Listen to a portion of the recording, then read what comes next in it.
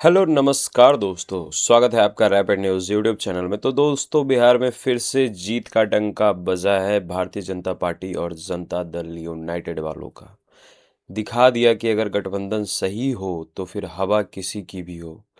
जीत उसी को मिलती है जिसके पास स्ट्रैटेजी और सोशल इक्वेशन सही हो।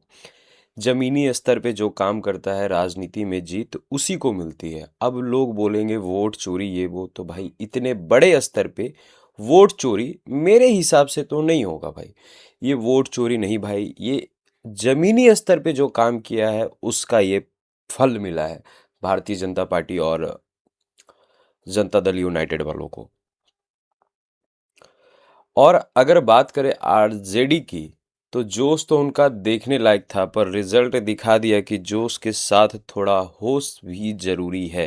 आरजेडी वोटर की आवाज बूथ तक पहुंची, लेकिन वोट बॉक्स जाते जाते कॉन्फिडेंस शायद कहीं ट्रैफिक में फंस गई दोस्तों। लेकिन भारतीय जनता पार्टी और जदयू के तो जीत की बधाई, वो एक अलग बात है। लेकिन आरजेडी वाले को भी शाबाशी देना पड़ेगा भाई। बिहार में कांग्रेस पार्टी का कोई अस्तित्व नहीं रह गई है, कोई औकात नहीं रह गई। अकेले पूरी पार्टी से लड़ रहा था। एक तरफ केंद्र की सबसे बड़ी पार्टी भारतीय जनता पार्टी, दूसरी तरफ राजनीति के धुरंधर नीतीश कुमार, साथ में चिराग, जीतन राम मांझी, उपेंद्र कुशवाहा। इतनी सारी पार्टी और इतना जाति समीकरण से बिहार में राजनीति करना थोड़ा बहुत नहीं, बहुत ज़्यादा टफ है दोस्तों। क्योंकि बिहार की राजनीति हिंदू मुस्लिम या फिर काम या फिर पलायन ये सब पे राजनीति नहीं होती। यहाँ की राजनीति जातिवाद पे होती है। तो इतनी सारी जातिवादी जाति समीकरण या फिर इतनी सारी पार्टियों का गठबंधन से जीतना या फिर उनके खिलाफ चुनाव लड़ना, ये बहुत बड़ी बात है दोस्तों। आरजेडी में एक तरफ मुकेश सहनी थी, जिनकी कोई औकात नहीं है आज के डेट में बिहार चुनाव में, और दूसरी तरफ कांग्रेस, जिसका अस्तित्व नहीं बचा है बिहार में, कोई अस्तित्व नहीं है दोस्तों।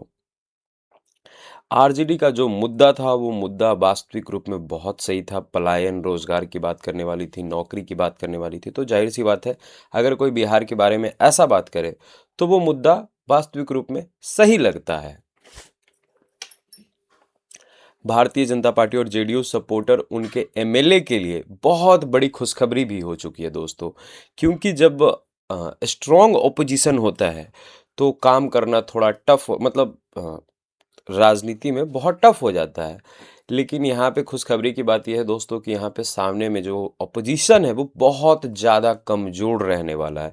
243 का जो विधायक का जो नंबर है दोस्तों, उसमें मात्र 30 या 35 ही महागठबंधन से है, मतलब 30-35 ही ओपोजिशन रहने वाले। तो जाहिर सी बात है दोस्तों कि यहाँ पे सरकार चलाना बहुत ज़्यादा आसान रहने वाला है जेडीयू और भारतीय जनता पार्टी का। अब दोस्तों, बिहार के लोगों के लिए मैं बता दूं कि सबसे बड़ी खुशखबरी आपके लिए ये है कि अब आपको अरबा चावल नहीं, उसना चावल मिलेगा।